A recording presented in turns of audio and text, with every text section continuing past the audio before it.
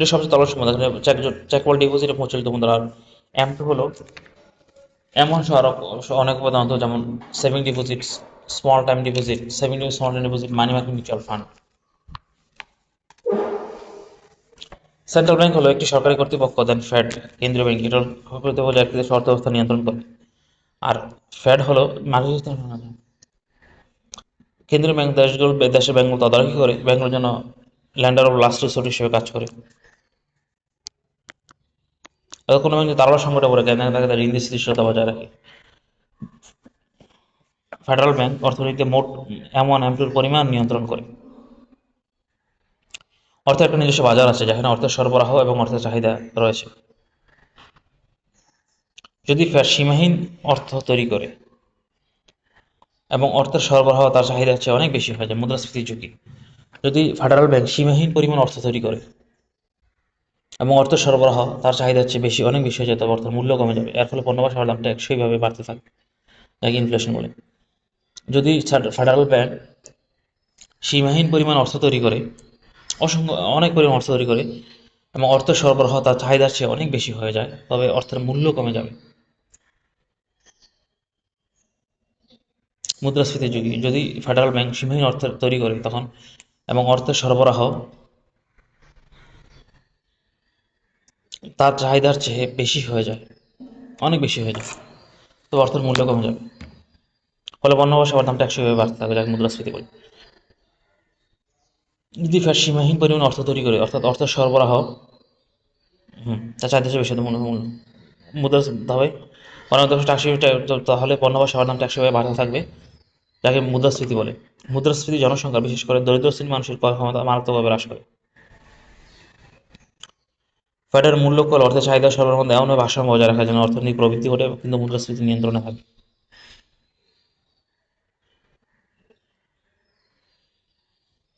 Tools of মাইন্ডারি control, মাইন্ডারি policy বলে। Fade অর্থ সরবরাহ নিয়ন্ত্রণ যে পদ্ধতি ব্যবহার করে তাকে মুদ্রাস্ফীতি বলে, মাইন্ডারি পলিসি বলে। ফেড অর্থের সরবরাহ নিয়ন্ত্রণ করতে যে পদ্ধতিগুলো ব্যবহার করে তাকে মাইন্ডারি পলিসি বলে। Open market operation.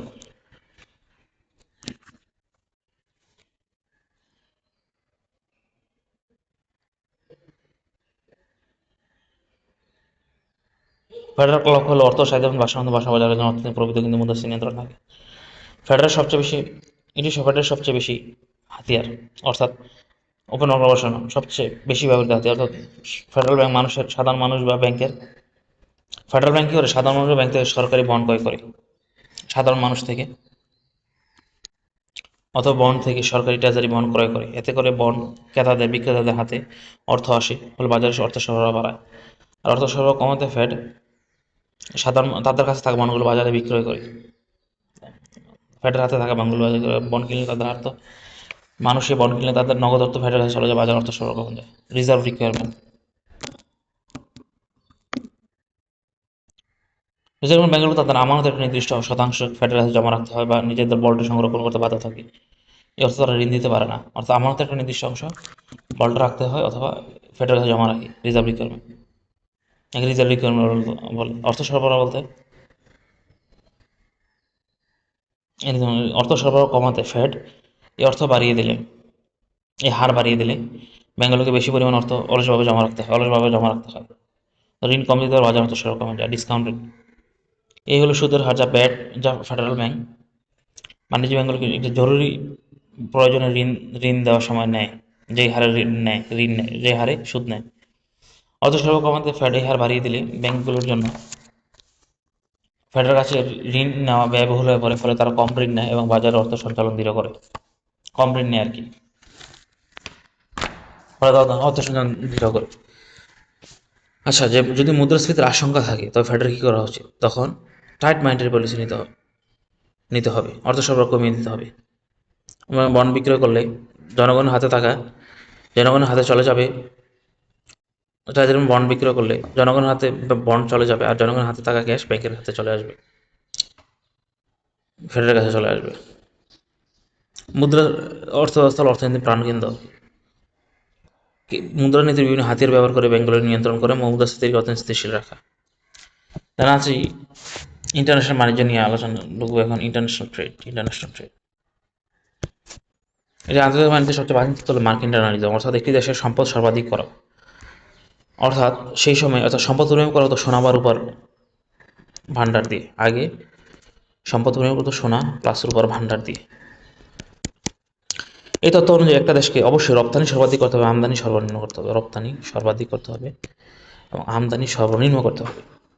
যুক্তি হলো একটি যখন রপ্তানি যখন যখন কোনো দেশ রপ্তানি করে বিনিময়ে অন্য দেশ থেকে সোনা বা রূপা পায়, সোনা বা রূপা পাইলাম আমি, তখন তার সম্পদ বাড়ে। আর আমদানি করলে পণ্য বা সেবার জন্য পণ্য বা সেবা কেনার জন্য নিজ দেশে সোনা বা রূপা বিদেশে চলে যায়। আমদানি করলে নিজ দেশে, অর্থাৎ যখন আমি রপ্তানি করব তখন বিনিময়ে অন্য দেশ থেকে পণ্য বা সেবা পায়, আর যখন আমদানি করবো তখন পণ্য বা সেবা কেনার জন্য নিজ দেশ থেকে সোনা বা রূপা অন্য দেশে চলে যায়, তার সম্পদ কমিয়ে দেয়। সো এই লক্ষ্য অর্জনের জন্য সরকার সক্রিয়ভাবে বাণিজ্যে হস্তক্ষেপ করে। যে সরকার আমদানি কমানোর জন্য আমদানিকৃত পণ্যের উপর উচ্চ হারে ট্যারিফ আরোপ করা হয় এবং রপ্তানি করার জন্য ভর্তুকি দেওয়া হয়, রপ্তানি বাড়ানোর জন্য ভর্তুকি দেওয়া হয়। এই তত্ত্বের মূল উদ্দেশ্য ছিল যে বাণিজ্যের ভারসাম্য, ব্যালেন্স অফ ট্রেড সর্বদা নিজ দেশের অনুকূলে রাখা, ব্যালেন্স অফ ট্রেড নিজ দেশের অনুকূলে রাখা, অর্থাৎ রপ্তানি যেন আমদানির চেয়ে বেশি হয়। একে ইম্পেরিয়ালিজম বা কলোনিয়ালিজমের সাথে সমর্থক শব্দ হিসেবে দেখা হয়, যা বাপ্তিস্ত মতাত্ত্বিকদের দ্বারা এটি প্রচলিত হয়েছিল। অ্যাবসুলেট কস্ট অ্যাডভান্টেজ থিওরি হলো অ্যাডাম স্মিথ এটি প্রদান করেন। এটি বাণিজ্যবাদে মার্কেটিজম ধারণাকে চ্যালেঞ্জ করে মুক্ত বাণিজ্যের পক্ষে যুক্তি দেয়। এই তত্ত্ব বলে যে যদি একটি দেশ অন্য দেশের তুলনায় কম খরচে, কম সম্পদ, কম শ্রম, কম ব্যবহার করে একটি পণ্য উৎপাদন করতে পারে, তখন ওই পণ্যে ওই দেশটির পরম সুবিধা রয়েছে, অ্যাবসলিউট অ্যাডভান্টেজ। যদি একটি দেশ অন্য দেশের তুলনায় কম খরচে, কম সম্পদ, কম শ্রম, কম ব্যয় ব্যবহার করে একটি পণ্য উৎপাদন করে, তবে ওই পণ্যের দেশটির পরম সুবিধা রয়েছে। দেশগুলো সেসব পণ্য বা সেবাই আমদানি বা রপ্তানি করা উচিত যেগুলো তাদের পরম দেশগুলোকে ওইসব পণ্য আমদানি বা রপ্তানি করা উচিত সেসব পণ্য উৎপাদন দেশগুলোকে সেসব পণ্য উৎপাদন বা রপ্তানি করা উচিত যেগুলো তাদের পরম সুবিধা আছে, এবং সেসব পণ্য আমদানি করা উচিত যেগুলোতে অন্য দেশে পরম সুবিধা আছে। যেমন ভারত বা 1 ঘন্টা শ্রম দিয়ে 6 ইউনিট গম উৎপাদন করে অথবা 2 ইউনিট চাল উৎপাদন করে, তারা বাংলাদেশ 1 ঘন্টা শ্রম দিয়ে 2 ইউনিট গম এবং 5 ইউনিট চাল উৎপাদন করতে পারে। এখানে ভারতের গমের ক্ষেত্রে বাংলাদেশের চেয়ে বেশি দক্ষ, আর তাই ভারতের পরম সুবিধা আছে। আর বাংলাদেশ চালের ক্ষেত্রে ভারতের চেয়ে বেশি দক্ষ, 5 > 2, তাই চালে বাংলাদেশের চরম সুবিধা রয়েছে। ভারতের উচিত কেবল গম উৎপাদন করে চীনে রপ্তানি করা, আর বাংলাদেশ এবং চীনের উচিত কেবল চাল রপ্তানি করে উৎপাদন করে মানে বাংলাদেশের উচিত কেবল চাল উৎপাদন করে ভারতে রপ্তানি করে, এর ফলে উভয় দেশে লাভবান হবে। দেন কম্পারেটিভ কস্ট থিওরি। এখন যদি একটি দেশ অন্য দেশের তুলনায় উভয় পণ্য উৎপাদনে বেশি দক্ষ হয়, তাহলে কি বাণিজ্য লাভজনক হবে? ডেভিড বলবে হ্যাঁ, এক্ষেত্রে পরম সুবিধার নয় বরং কম্পারেটিভ অ্যাডভান্টেজ বা সুযোগ ব্যয়ের ভিত্তিতে হবে। অর্থাৎ এটি দেখতে হবে যে কোন পণ্যটি সে তুলনামূলকভাবে বেশি কম খরচে উৎপাদন করতে পারে, কোন পণ্যটি সে তুলনামূলক কম খরচে তুলনামূলকভাবে, এখন তুলনামূলক কথা লাগে দেবে, তুলনামূলক কম খরচে উৎপাদন করতে পারে।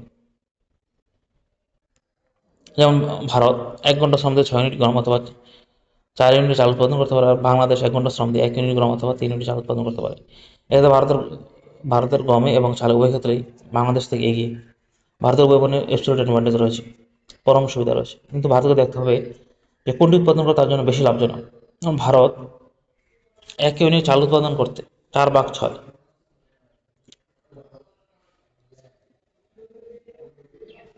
1 ইউনিট চাল উৎপাদন করতে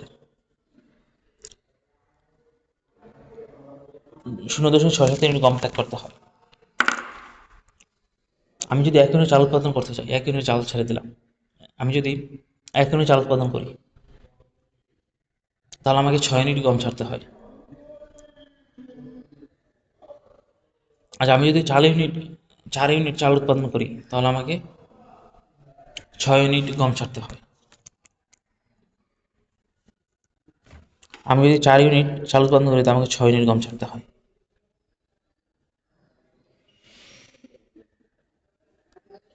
আমি যদি 1 ইউনিট মানে আমি যদি 1 ইউনিট চাল উৎপাদন করি তাহলে আমাকে 6 ইউনিট গম ছাড়তে হয়। সেটা আমি যদি 4 ইউনিট চাল উৎপাদন করি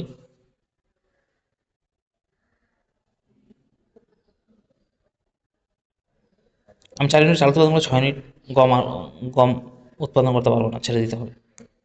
এখন আমি যদি 1 ইউনিট চাল উৎপাদন করি, কম ছাড়তে হবে।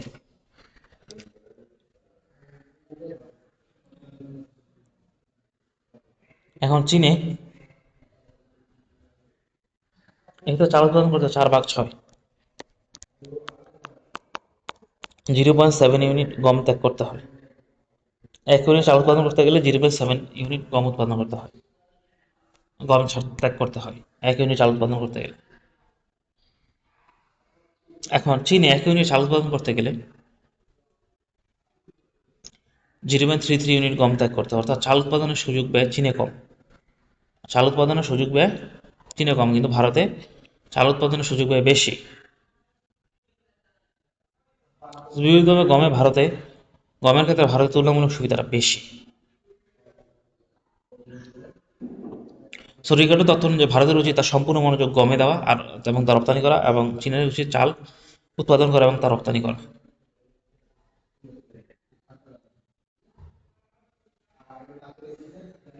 যেহেতু আমি 6 ইউনিট গম দিয়ে 4 ইউনিট চাল উৎপাদন করতে পারি, তাহলে আমি যদি 6 ইউনিট গম উৎপাদন করার জন্য 4 ইউনিটকে চাল ছেড়ে দিতে হবে, তাহলে 1 ইউনিট চাল ছাড়ার জন্য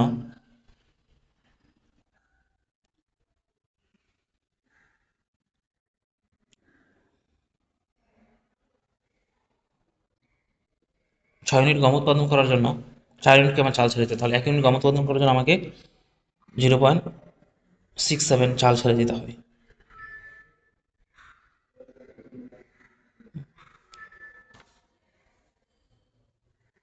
চাল উৎপাদন করব, চাল ভাগ গম, এর ব্যবহার সুযোগ ব্যবহার করতে হবে। রিকার্ডো তথ্য অনুযায়ী ভারতের উচিত, হ্যাঁ আচ্ছা, সো এমনকি যদি একটি দেশ সব কিছুতে ভালো হয়, তবুও তার উচিত সেটাই করা যেখানে দেশ সবচেয়ে ভালো এবং কমটি আমদানি করা। যেটা উৎপাদন করা উচিত যেটা সবচেয়ে ভালো, বাকিটা আমদানি করা, যেমন আয়ারল্যান্ডের পনির মাখন চিনি ইলেকট্রিক পণ্যের বিশেষজ্ঞ হতে পারে। অ্যান্ড হেক্সারোহলিন অ্যান্ড আচ্ছা হেক্সারোহলিন মানে এলিহেক্সার এবং বার্টিল অহলিন দ্বারা এটা তথ্য দেওয়া হয় যে উৎপাদনের প্রাচুর্য ফ্যাক্টর এন্ডাওমেন্ট। হেক্সারোহলিন তত্ত্বের মূল কথা হলো বিভিন্ন দেশে ফ্যাক্টরস অফ প্রোডাকশন যেমন ক্যাপিটাল, লেবার বিভিন্ন পরিমাণে পাওয়া যায়। কোনো দেশে পুঁজি বেশি থাকে, আবার কোনো দেশে শ্রম বেশি থাকে। এখন একটা ছিল উৎপাদন খরচ অনুযায়ী ফ্যাক্টর, কিন্তু এখন হচ্ছে ফ্যাক্টর অনুযায়ী ফ্যাক্টর, অর্থাৎ যে দেশে যে উপাদান একটি দেশে যে উপাদানটি বেশি পরিমাণে পাওয়া যায়, সেটা বলতেছে যে একটি দেশে যে পণ্য বেশি পরিমাণে পাওয়া যায় তার দাম বা খরচ তুলনামূলক কম হয়। যে দেশে পুঁজি বেশি ক্যাপিটাল বেশি সে দেশে পুঁজির দাম সস্তা, আর যে দেশে শ্রম বেশি সে দেশে শ্রমের দাম সস্তা। ফলস্বরূপ উৎপাদনগুলো দেশগুলো সেই দেশে পণ্যে বিষয়িত হয় যে যারা তাদের দেশ কাছে সহজলভ্য ও সস্তা উৎপাদনটি বেশি ব্যবহার করে। দেশগুলো সেই পণ্যগুলো উৎপাদনের বিষয়িত হয় যা তাদের সহজলভ্য এবং সস্তা, যা তাদের সহজলভ্য এবং সস্তা পণ্যটি বেশি ব্যবহার করে। যেমন কান্ট্রি এর কাছে পুঁজি বেশি আছে কিন্তু শ্রম কম আছে, কান্ট্রি এর কাছে শ্রম বেশি কিন্তু পুঁজি আছে, অর্থাৎ এক্ষেত্রে কান্ট্রি এর কাছে পুঁজি সস্তা, তারা ক্যাপিটাল ইনটেনসিভ গুডস যেমন ইলেকট্রনিক যন্ত্রপাতি গাড়ি ইত্যাদি কম খরচে উৎপাদন করতে পারে, কিন্তু শ্রম নির্ভর পণ্য উৎপাদন করতে পারলে তাদের খরচ বেশি পড়বে কারণ তাদের শ্রমের দাম বেশি। ক্যাপিটাল ইনটেনসিভ গুড উৎপাদন করতে তাদের খরচ বেশি পড়বে, মানে খুব কম খরচে উৎপাদন করতে পারে, কিন্তু শ্রম নির্ভর পণ্য যে পোশাক উৎপাদন করতে তাদের খরচ বেশি হবে, তাদের শ্রমের দাম বেশি। আর মানে ক্যাপিটাল ইনটেনসিভ গুডগুলো যেমন ইলেকট্রনিক যন্ত্রপাতি গাড়ি তৈরি করতে তাদের খরচ কম হবে, কিন্তু শ্রমনির্ভর পণ্য অন্য বলতেছে পোশাক জুতা। আর কিন্তু যেখানে সমস্যা যেমন শ্রমনির্ভর পণ্য যেমন পোশাক জুতা টেক্সটাইল কম কম খরচে উৎপাদন করতে পারে শ্রমনির্ভর পণ্য, ক্যাপিটাল পুঁজি নির্ভর পণ্য যেমন মেশিন উৎপাদন করতে খরচ বেশি হবে, পুঁজির দাম বেশি। সো এর উচিত সমস্ত সম্পদ ব্যবহার করে পুঁজি নির্ভর পণ্য উৎপাদন করা এবং চাহিদা মিটিয়ে উদ্বৃত্ত পণ্য বিদেশে রপ্তানি করা। একইভাবে বিয়ের উচিত সমনির্ভর পণ্য বেশি উৎপাদন করা এবং তা একে রপ্তানি করা। এর বিনিময়ে এ ও বি সস্তা শ্রম উৎপাদন শ্রমনিবিড় পণ্য, এ ও বি উভয় দেশ এ বি থেকে সস্তা শ্রমনির্ভর পণ্য শ্রম নির্ভর পণ্য আমদানি করবে এবং দেশ বি বি থেকে সস্তা পুঁজি নির্ভর, এক্ষেত্রে দেশ এ বিদেশে শ্রম নির্ভর পণ্য আমদানি করবে আর বি থেকে সস্তা পুঁজি নির্ভর পণ্য আমদানি করবে। এই উপাদানটি তার মানে যে একটি দেশ সে পণ্য রপ্তানি করবে যা উৎপাদনের ক্ষেত্রে প্রাচুর্যপূর্ণ, উৎপাদনের ক্ষেত্রে প্রাচুর্যপূর্ণ অর্থাৎ উৎপাদন নিবিড়ভাবে ব্যবহৃত হয়। এই উৎপাদনে তার একটি অর্থাৎ একটি পণ্য সে পণ্য অর্থ তার উৎপাদনে প্রাচুর্যপূর্ণ উপাদানটি ব্যবহৃত হয়। আর পণ্যের আমদানি করা উৎপাদনে দুষ্প্রাপ্য উপাদানটি ব্যবহৃত হয়, নির্ভরভাবে ব্যবহৃত হয়। যদি কোনো দেশে পুঁজির দাম বা শ্রমের মজুরির অনুপাত অন্য দেশের তুলনায় কম হয়, ক্যাপিটাল অ্যামাউন্টের কোনটা, যদি একটি দেশের পুঁজির পুঁজি ভাগ লেবার এর রেশিওটা অনুপাত অন্য দেশের তুলনায় বেশি হয়, কম হয়, তবে তাকে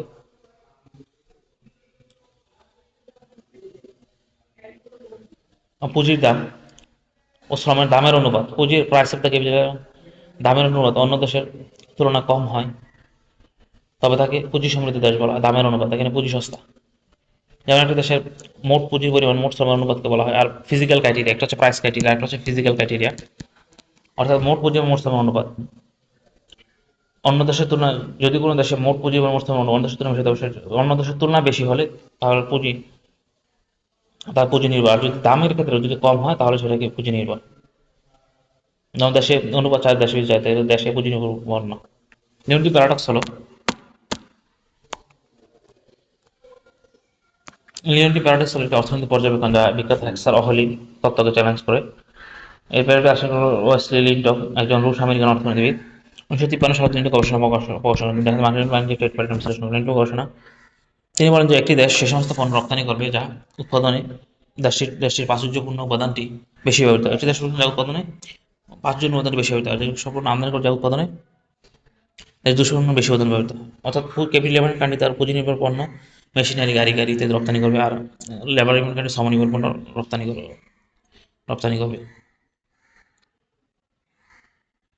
ইউএসএতে ছিল পুঁজি ক্যাপিটাল সমৃদ্ধ কান্ট্রি, কিন্তু একসময় যুক্তরাষ্ট্র ছিল রপ্তানি করা পুঁজি নির্ভর, আমদানি করা সমনির্ভর। আশ্চর্য ফলাফল, নিয়মটি যখন মার্কেট ডেটা বিশ্লেষণ করেন তখন দেখেন সম্পূর্ণ বিপরীত, অর্থাৎ সবিরোধী ফলাফল দেখতে পারেন। অর্থাৎ মার্কিন যুক্তরাষ্ট্র পুঁজি নির্ভর পণ্য আমদানি করছিল এবং সমনির্ভর রপ্তানি করছিল। হ্যাসান বৈশাখের উল্টো ছিল, পুঁজি সমৃদ্ধ দেশ সমনির্ভর পণ্য রপ্তানি করছে, এটি ছিল অবাক করার না, পুঁজি সমৃদ্ধ দেশ সমনির্ভর পণ্য রপ্তানি করছে। প্যারাডক্স হলো স্ববিরোধী বা অসম্ভব বিবৃতি, নিয়মটি প্যারাডক্স। সবচেয়ে পুঁজি সমৃদ্ধ দেশ এটি পুঁজি নির্ভর আমদানি করছে, আন্তর্জাতিক জটিল বিষয়। সম্পদের প্রাচুর্যের উপর নির্ভর করে না, বরং আরও অনেক কিছু কারণ, অর্থাৎ প্রযুক্তি, টেকনোলজি, দক্ষতার স্তর, প্রাকৃতিক সম্পদ কাজ করে। অ্যান্টি ডাম্পিং পলিসি, যখন কোনো দেশ নিজ দেশে একটি পণ্য যে দামে বিক্রি করে তার চেয়ে কম দামে উৎপাদন, যখন একটি দেশ ডাম্পিংটাকে যখন একটি দেশ নিজের দেশে ডোমেস্টিক মার্কেটে একটি পণ্য যে দামে বিক্রি করে তার চেয়ে কম দামে বা উৎপাদন করার চেয়ে কম দামে অন্য দেশে সে পণ্য রপ্তানি করে, তখন তাকে ডাম্পিং করে। যখন একটি দেশ নিজের দেশে যে দামে পণ্য বিক্রি করে তার চেয়ে কম দামে বা তার চেয়ে উৎপাদন খরচের চেয়ে কম দামে অন্য কোনো দেশে পণ্য বিক্রি করে, তাকে ডাম্পিং বলে। যেমন ইউএসএ একটা কোম্পানি তার দেশে মোবাইল ফোন 500-তে বিক্রি করে, কিন্তু বাংলাদেশের বাজারে প্রযুক্তি নষ্ট করার জন্য সেটি 350-এ রপ্তানি করছে। পিরিয়ডর প্রাইসিং বলা হয়, শিকারি মূল্য বলা হয়। এর মূল উদ্দেশ্য হলো কম দাম সুবিধা নিয়ে বিদেশি বাজার দখল করা এবং স্থানীয় শিল্প ডোমেস্টিক ব্যাপারকে প্রতিযোগিতায় বের করে দেওয়া। যেমন জাপানের ইলেকট্রিক কোম্পানিগুলো তাদের নিজ দেশে পণ্যমূল্য উচ্চমূল্যে বিক্রি করে, কিন্তু বিশ্ববাজারে সেগুলো কম দামে সস্তা বিক্রি করে। Anti dumping policy, unfair anti dumping policy হলো, অর্থাৎ আমদানিকারক দেশের দেশীয় শিল্পগুলো বাস্তবভাবে ক্ষতিগ্রস্ত হয়, তারা এই ধরনের অন্যায্য আনফেয়ার কম্পিটিশনের সাথে বেড়ে ওঠে না। এই অন্যায্য প্রতিযোগিতা থেকে বাজার থেকে দেশীয় শিল্পকে রক্ষা করার জন্য সরকার যে নীতি তাকে অ্যান্টি ডাম্পিং পলিসি বলা হয়। কিন্তু প্রধান হাতে অ্যান্টি ডাম্পিং ডিউটি, আবার অতিরিক্ত ট্যাক্স বা ট্যারিফ, যা আমদানিকৃত পণ্যের দাম বাড়িয়ে দেয়। সরকার কোনো পণ্যের উপর অ্যান্টি ডাম্পিং শুল্ক আরোপ করে তা বিস্তারিত অ্যান্টি ডাম্পিং ইনভেস্টিগেশন করে। সরকার যখন কোনো পণ্যের উপর anti dumping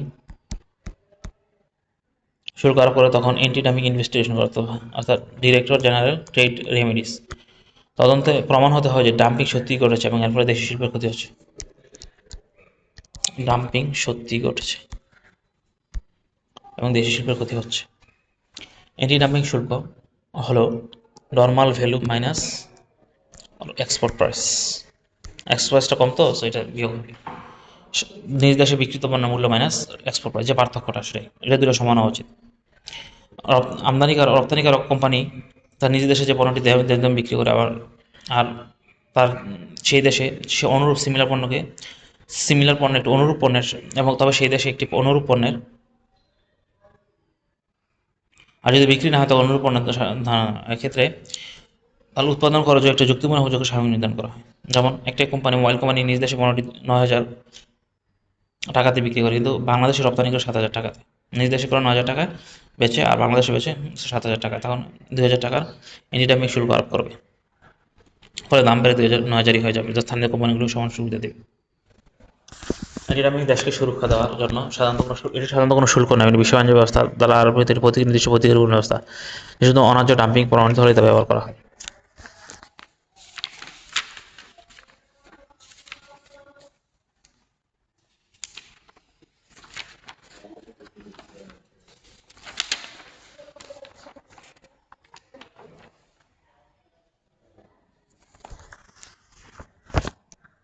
then what is indifference curve? Indifference curve হলো প্রধান বৈশিষ্ট্য কী? ইন্ডিফারেন্স নিরপেক্ষ বাম থেকে ডান দিকে নিরপেক্ষ রেখা ইন্ডিফারেন্স কার্ভ বাম থেকে ডানে নিম্নগামী হয়, নেগেটিভ স্লোপ হয়, অর্থাৎ নিরপেক্ষ রেখার বাম থেকে ডানে সর্বদা নিচে হবে। কারণ হলো প্রতিটি বিন্দু একই স্তরের স্যাটিসফ্যাকশন নির্দেশ করে, অর্থাৎ কোনো বক্তা যদি একটি দ্রব্যের ভোগ বাড়াতে চান তাহলে একই স্তরের সন্তুষ্ট অর্জনের জন্য তাকে বজায় রাখার জন্য তাকে অন্য দুটি ভোগ কমাতে হবে বা ত্যাগ করতে হবে।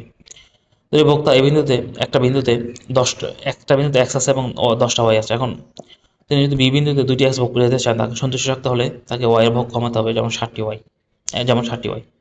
এখানে একটি অতিরিক্ত এক্স ভোগ করার জন্য তাকে 3টি ওয়াই ত্যাগ করছে। যদি না কমাতেন তাহলে তার সন্তুষ্টি বেড়ে যেত এবং তিনি আর একই নিরপেক্ষ রেখা অবস্থা থাকতেন না। দেন নিরপেক্ষ রেখা মূল অরিজিন থেকে ভেতরের দিকে বাঁকানো হয়, অর্থাৎ কনভেক্স হয় টু দ্য অরিজিন, কনকেভ হতে পারে না। এর প্রধান কারণ হলো কমরা সমান প্রান্তিক বিকল্পতা, diminishing rate of return, diminishing rate of substitution. Concave হতে পারে না। অর্থাৎ diminishing marginal rate of substitution হলো সেই হার যেখানে একজন বক্তা একটি অতিরিক্ত এক্স পাওয়ার জন্য যেখানে একজন বক্তা অতিরিক্ত এক্স পাওয়ার জন্য ওয়াই দ্রব্য ত্যাগ করতে ইচ্ছুক। এটা কেন কমরা সমান? যখন বক্তার কাছে ওয়াই দ্রব্য বেশি এবং এক্স দ্রব্য কম, তখন তিনি একটা এক্সের জন্য এক্সের জন্য বেশি পরিমাণ ওয়াই ত্যাগ করতে হয়। কিন্তু যখন তার এক্সের পরিমাণ বাড়তে থাকে এবং ওয়াই পরিমাণ কম থাকে, তিনি ওয়াই দ্রব্যটি তার কাছে বেশি গুরুত্বপূর্ণ হবে তখন। ফলে তিনি একটি এক্সের জন্য তিনি আগের চেয়ে কম পরিমাণ ওয়াই ত্যাগ করতে চান। একটি এক্স পেতে 3টা ত্যাগ, পরবর্তী একটি এক্স পেতে 2টা ত্যাগ, পরবর্তী একটি এক্স পেতে 1টা ওয়াই ত্যাগ, 3, 2, 1। অর্থাৎ এই ত্যাগের হার ক্রমাগত কমছে। তাই এই রেখাটি মূলবিন্দু থেকে উত্তল আকারের হয়। উচ্চতর নিরপেক্ষ রেখা অধিক সন্তুষ্ট নির্দেশ করে, অর্থাৎ ইন্ডিফারেন্স কার্ভে একটি ইন্ডিফারেন্স ম্যাপে যতগুলো নিরপেক্ষ রেখা থাকবে তার মধ্যে যেটি সবচেয়ে উপরে যে রাখা তত বেশি সন্তুষ্ট নির্দেশ করে। এটি উচ্চতর নিরপেক্ষ রেখা নিম্নতর নিরপেক্ষ রেখার তুলনায় এমন কম্বিনেশন দেখায় যেখানে অন্তত একটি দ্রব্যের পরিমাণ বেশি এবং যেখানে অন্তত একটি দ্রব্যের পরিমাণ বেশি থাকে অথবা উভয় দ্রব্যের পরিমাণ বেশি থাকে। একটি উচ্চতর নিরপেক্ষ রেখা ইন্ডিফারেন্স কার্ভ নিম্নতর নিরপেক্ষ রেখার তুলনায় এমন সব দ্রব্যের সংমিশ্রণ দেখায় যেখানে অন্তত একটি দ্রব্যের পরিমাণ বেশি থাকে অথবা উভয় দ্রব্যের পরিমাণ বেশি থাকে। অর্থাৎ একটি উচ্চতর নিরপেক্ষ রেখায় এমন সব দ্রব্যের সংখ্যা যেখানে একটি দ্রব্যের পরিমাণ বেশি থাকে অথবা উভয় দ্রব্যের পরিমাণ বেশি থাকে, অন্তত একটি দ্রব্যের পরিমাণ বেশি থাকে, একটা দ্রব্যের পরিমাণ বেশি থাকে। অর্থাৎ এইটার তুলনায় এখানে থাকা ইউনিভার্স মানে কি অন্তত একটা দ্রব্যের পরিমাণ বেশি অথবা উভয় দ্রব্যের পরিমাণ বেশি। দুটি নিরপেক্ষ কখনো একে অপরকে ছেদ করবে না। যদি ছেদ করে তাহলে তাহলে অযৌক্তিক পরিস্থিতি হয়। ধরা যাক ইন্ডিফারেন্স কার্ভের ইন্ডিফারেন্স কার্ভের এই বিন্দুর উপর এই বিন্দু অবস্থিত, অর্থাৎ স্যাটিসফ্যাকশন A = স্যাটিসফ্যাকশন B। আবার যেহেতু স্যাটিসফ্যাকশন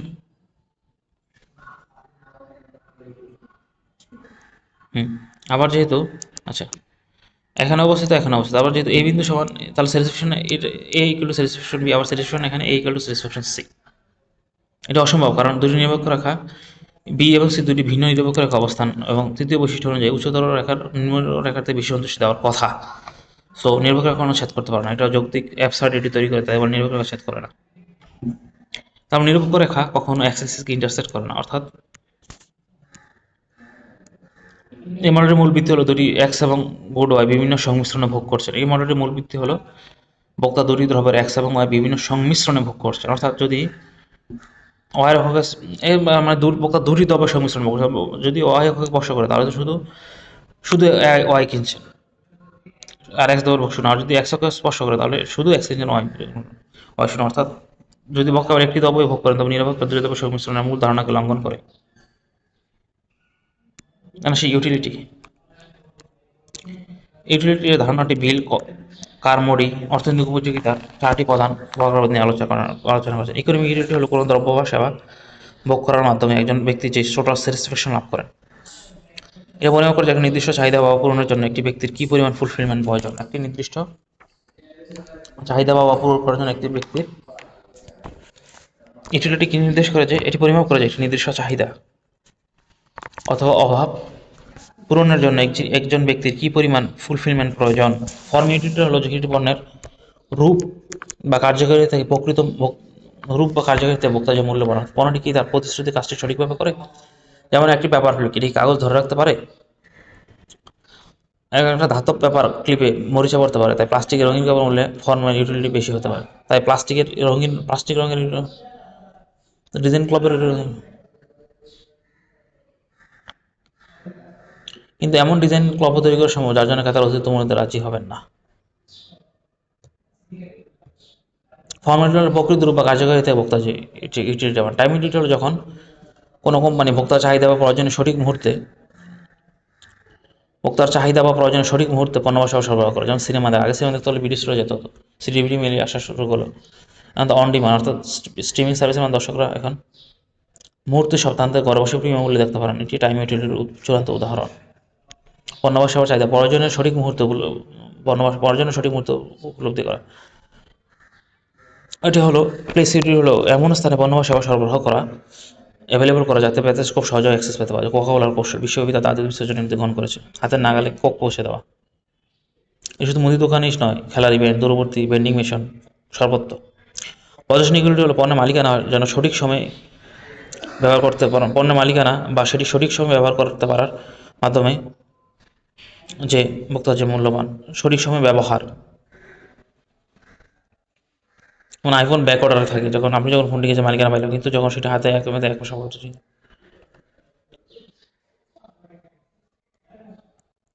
বা সঠিক সময়ে ব্যবহার করতে পারার উপযোগিতা।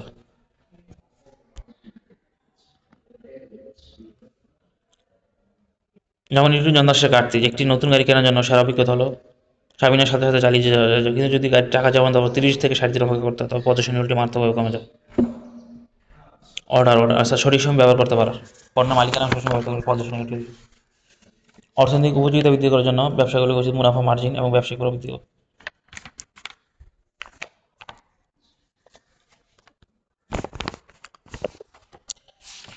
তার মানে অর্থনৈতিক উপযোগিতা বৃদ্ধি করার জন্য ব্যবসাগুলোতে মুনাফা মার্জিন এবং ব্যবসায়িক বিজনেস গ্রোথ বাড়াতে পারে।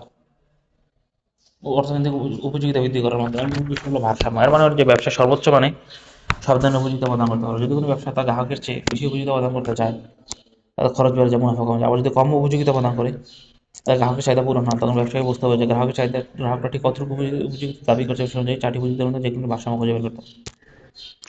প্রোডাকশন পসিবিলিটি ফ্রন্ট আর কি, একটা নির্দিষ্ট পরিমাণ শ্রম মূলধন ব্যবহার করে এদের দুটি পণ্য এক্স ওয়াই যে বিভিন্ন মিশ্রণ উৎপাদন করা সম্ভব তাকে উৎপাদন সম্ভব রাখা বলে। প্রোডাকশন একটা নির্দিষ্ট পরিমাণ শ্রম মূলধন ব্যবহার করে দুটি পণ্যের নির্দিষ্ট পরিমাণ ব্যবহার করে যে বিভিন্ন সংমিশ্রণ উৎপাদন করা সম্ভব। বিভিন্ন সংমিশ্রণ তাকে উৎপাদন ঢালটাকে এমআরটি বলা হয়। ভোগের ক্ষমতা অর্থাৎ উৎপাদিত পণ্যগুলো ভোক্তাদের এমনভাবে বণ্টন করে যাতে উপযোগ সর্বোচ্চ হয়। এটা নিরপেক্ষ রেখা দ্বারা পরিমাপ করা হয়। অর্থনীতির চূড়ান্ত কাম্য অবস্থা বা ভারসাম্য যেখানে অর্জিত হয় সেখানে এমআরটি ইকুয়াল টু প্রান্তিক রূপান্তর হার এমআর ইকুয়াল টু এমআরএস শর্ত হয়। MRT equal to MRS X Y AMP.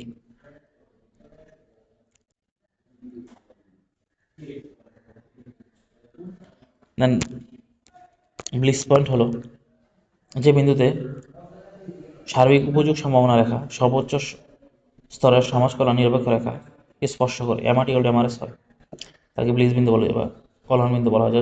যে এই শর্তটি পূর্ণ হলে সর্বোচ্চ সামাজিক সন্তুষ্টি স্তরে অর্জিত হয়।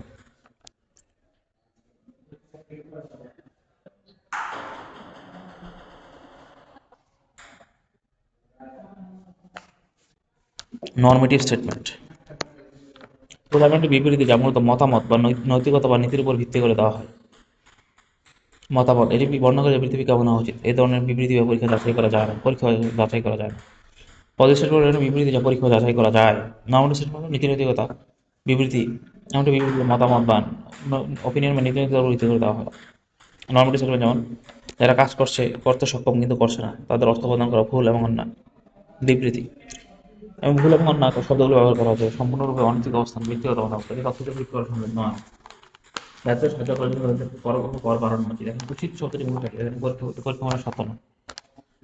রাজনীতি মতামত প্রকাশ করছে। ওয়েলফেয়ার প্রোগ্রাম মানুষের জন্য বর্ণনা কমিয়ে দেয়। ইতিবাচক statement, positive statement. Welfare statement মানুষের কাজ করার বর্ণনা কমিয়ে দেয়, অর্থাৎ এটি ইতিহাসে পরীক্ষা করা সম্ভব। আমরা যদি কল্পকর্ষির অবস্থান নেই, অর্থাৎ এটি স্থানের মধ্যে তুলনা করে দেখতে পারি যে কাজের বর্ণনার উপর এর কোনো প্রভাব পড়ে কিনা।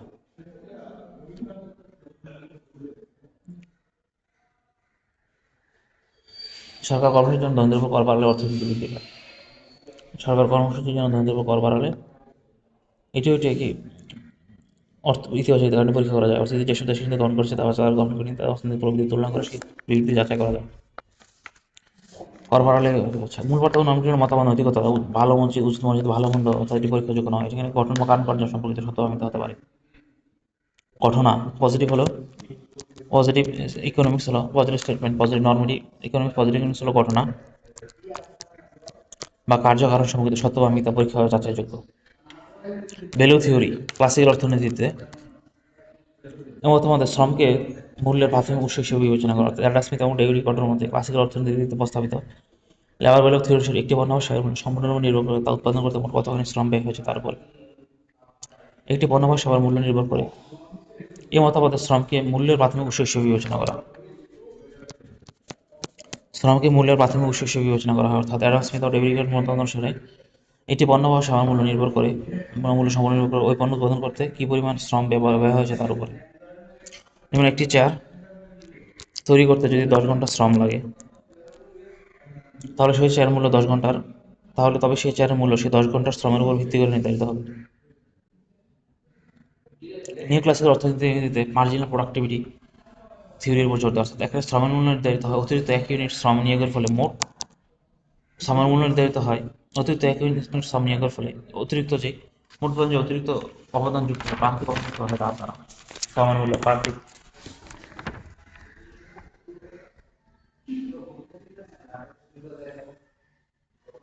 নিউ ক্লাসিক্যাল মতো প্রান্তিক উৎপাদনশীল নীতি তার উপর জোর দেয়। শ্রমের মূল্য নির্ধারিত অতিরিক্ত 1 ইউনিট শ্রম নিয়োগের ফলে যে অতিরিক্ত উৎপাদিত হয় তার দ্বারা। Rule of labour new classical অর্থনীতিতে উৎপাদনের 3টি প্রধান উপাদান জমি মূলধন মধ্যে হিসেবে গণনা করা হয়, যেখানে মানুষের দ্বারা ব্যয়িত শারীরিক মানসিক প্রচেষ্টাকে বোঝায় জমি শ্রম মূলধন। নিউ ক্লাসিক্যাল শ্রম উৎপাদনের উপাদান, তবে এর মূল্য উৎপাদনশীলতা থেকে উদ্ভূত হয়। আউটপুট তৈরি করতে শ্রম এর পূর্ববর্তী ভূমিকা মূল্য নির্ভরশীল। মানুষের দ্বারা ব্যয়িত শারীরিক মজুরি ওয়াজেস ক্লাসিক্যাল অর্থনীতিতে মজুরিকে জীবনধারণের জন্য ন্যূনতম তত্ত্ব দ্বারা নির্ধারিত, অর্থাৎ এই তত্ত্ব অনুসারে মানুষের মজুরি শ্রমিক জীবনধারণের জন্য প্রয়োজনীয় ন্যূনতম স্তরের কাছাকাছি থাকার প্রবণতা দেখায়। জীবনধারণ আর এর পদ্ধতিতে মজুরি নির্ধারিত বাজার ও চাহিদা এবং যোগানের পারস্পরিক ক্রিয়ার মাধ্যমে। ভারসাম্য মজুরি হার শ্রমের প্রান্তিক উৎপাদনশীলতা সমান হয়। দেন আনএমপ্লয়মেন্ট বেকারত্ব একটা টেম্পোরারি ঘটনা হিসেবে দেখা হতো যে বাজার প্রযুক্তির সমন্বয় প্রযুক্তিগত পরিবর্তন শ্রমের চাহিদা যোগানোর মধ্যে সাময়িক অমিলের কারণে এগুলো ঘটে থাকে মনে করা হতো। নিউক্লিয়াসের বেকারদের ফ্রিকশনস বা মার্কেট ইমপারফেকশনসকে দায়ী করে,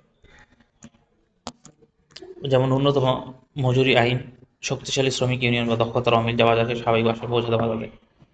শক্তিশালী শ্রমিক লেবার ইউনিয়ন, দক্ষতার অমিল, স্কিলস মিসম্যাচ, মার্কেট ইমপারফেকশন ন্যূনতম মজুরি আইনকে দায়ী করে।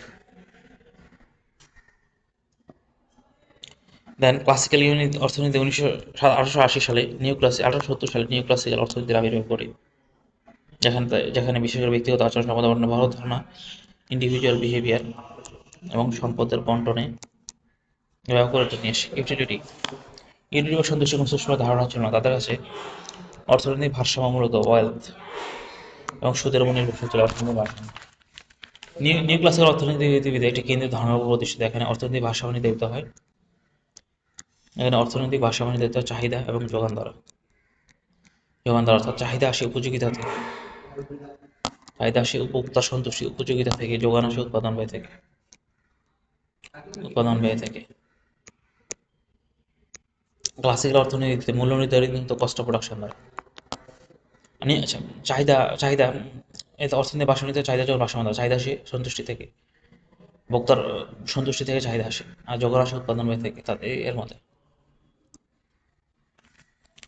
আর ক্লাসিক্যাল অর্থনীতিতে সুস্পষ্ট কোনো ধারণা ছিল না চাহিদা বুঝে, এখানে সম্পদ অর্থনীতি ভারসাম্য তো সম্পদ এবং সুদের উপর নির্ভরশীল ছিল।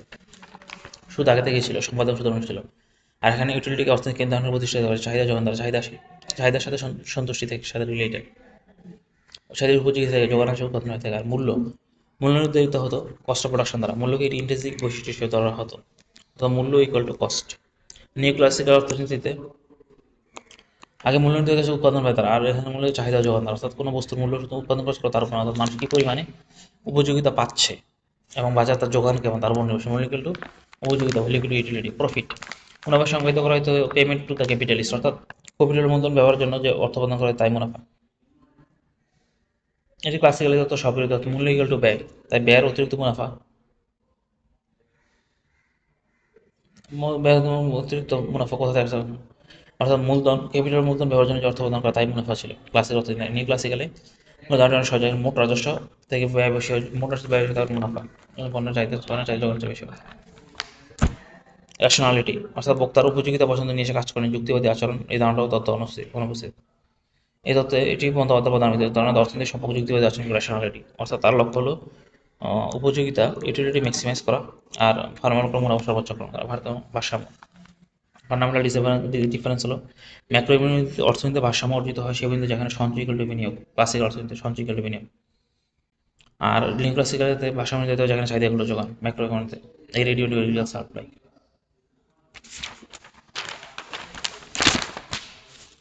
কেনিশীয় মতবাদটা কি? কেনিশীয় মতবাদ হলো জন ম্যান কেয়ার্স ক্লাসিক্যাল অর্থনীতির ধারণাকে চ্যালেঞ্জ জানান। তিনি ক্লাসিক্যাল অর্থনীতি মনে করতেন সময়ের সাথে সাথে অর্থনীতি সক্রিয়ভাবে সেলফ কারেক্ট হয়। তার বিখ্যাত হয়েছিল দীর্ঘমেয়াদে আমরা সবাই মৃত, অর্থাৎ তিনি বিশ্বাস করতেন যে সরকারি হস্তক্ষেপ ছাড়া অর্থনৈতিক মন্দা অপ্রয়োজনীয়ভাবে গভীর এবং দীর্ঘায়িত হয়। সমাধান কী ছিল? যিনি সম্প্রসারণ ফিসকাল পলিসি পক্ষে সওয়াল করেন, অর্থাৎ এবং ঘাটতি ব্যয়ের পক্ষে প্রশংসা করেন, সওয়াল করেন, অর্থাৎ কেনিশীয় সম্প্রসারণমূলক অর্থনীতি এবং ঘাটতি ব্যয়ের পক্ষে সওয়াল করেন। আর প্রধান লক্ষ্য ছিল বেকারত্ব হ্রাস করা। রেশনালিটি কি?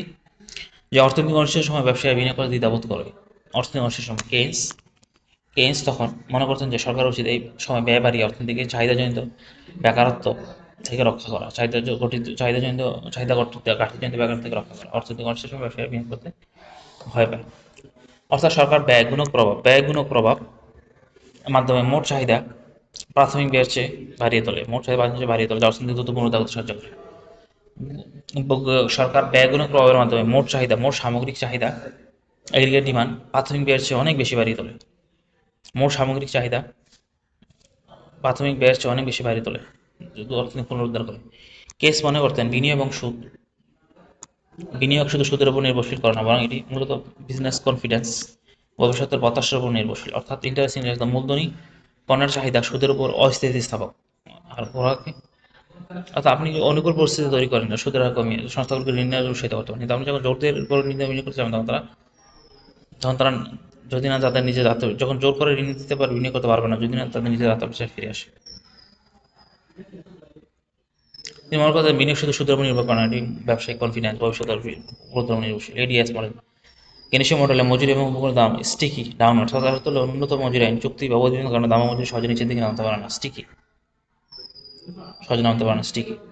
এডিএস মডেলে কেনিশীয় মডেলে মজুরি উপকূল দাম, বাজার পরিস্থিতি পরিবর্তন হলেও সম্পদের দাম দ্রুত খাপ খাওয়াতে পারে না, ফলে জিডিপি কমতে থাকে এবং অর্থনীতির প্রচুর স্পেয়ার ক্যাপাসিটি তৈরি হয়। এই কারণে সরকারি হস্তক্ষেপ জরুরি।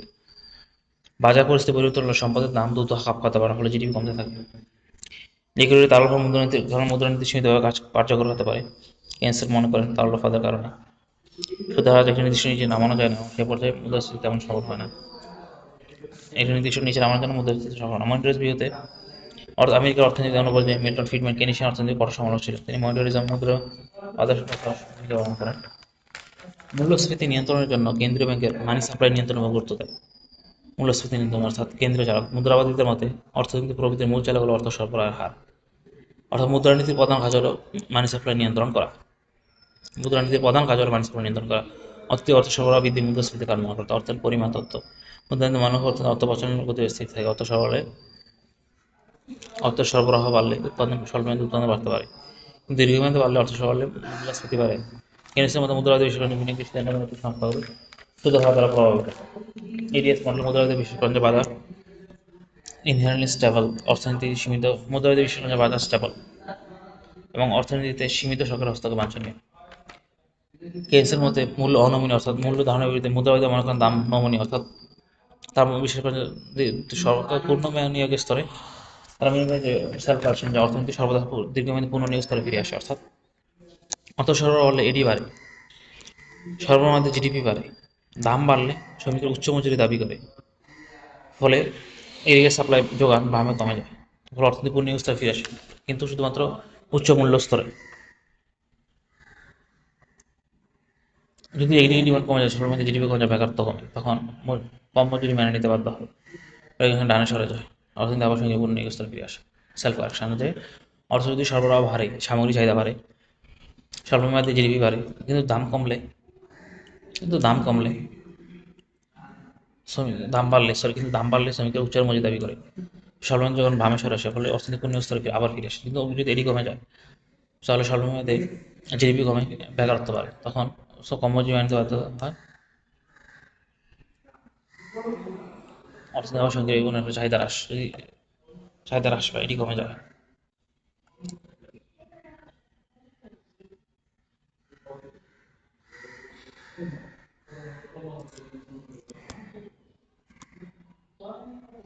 চাহিদা কমলে যোগান হ্রাস পায়। হ্যাঁ, ডানে সরে যায়। বাজার অর্থনীতি কি? বাজার অর্থনীতি এমনটি অবস্থা যেখানে উৎপাদন বা মূল্য ব্যক্তিগত মালিকানাধীন ব্যবসা বা মার্কেট ইকোনমিক্স হলো বাজার অর্থনীতি হলো এমনটি অবস্থা যেখানে উৎপাদন এবং মূল্য মালিকানাধীন ব্যবসা বা ব্যক্তিগত অভাব প্রতিযোগী আনলিস্টেড কোম্পানি দ্বারা নির্ধারিত হয়, ফ্রি মার্কেট ব্যবস্থার কথা বলে। অর্থাৎ উৎপাদন এবং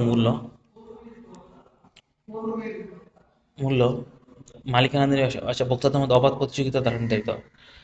ভোক্তাদের মধ্যে আনলিস্টেড কমিশন দ্বারা প্রভাবিত হয়। মুক্ত বাজার কথন আরএসপি অনিশ্চয়তার উপর ধারণা করা নিজ নিজ স্বার্থে কাজ করে, অর্থাৎ তখন বাজার সক্রিয়ভাবে এমনটি ফলাফল তৈরি করে সমাজের জন্য মঙ্গলজনক, অর্থাৎ অদৃশ্য হাত নামক একটি রূপক ধারণা ব্যাখ্যা করেছে। অর্থাৎ যখন প্রত্যেকে নিজ নিজ স্বার্থে কাজ করে, তখন সক্রিয়ভাবে বাজার একটি ফলাফল তৈরি করে যা সবার জন্য মঙ্গলজনক, অর্থাৎ মুক্ত বাজারে স্বেচ্ছায় বিনিময়, মুক্ত বাজারে ভলান্টারি ট্রেড মূল্য ব্যবস্থার মাধ্যমে সংকেত পাঠায়, অর্থাৎ কোনো পণ্য বা সেবা কতটা কাঙ্ক্ষিত এবং তা বাজারে ওপেন মার্কেট হলো মুক্ত বাজার হলো যেখানে এমনটি ব্যবসা যেখানে ক্রেতা বিক্রেতা অনার্য এবং ফের ব্যারিয়ার ছাড়া ব্যবসা পরিচালনা করতে পারে। মুক্ত বাজার ওপেন মার্কেট, অর্থাৎ মুক্ত বাজারে কোনো নির্দিষ্ট প্রতিযোগী অনার্য সুবিধা দেয় বা মুক্ত বাজার কোনো অনিয়ম থাকে না, রেগুলেশন।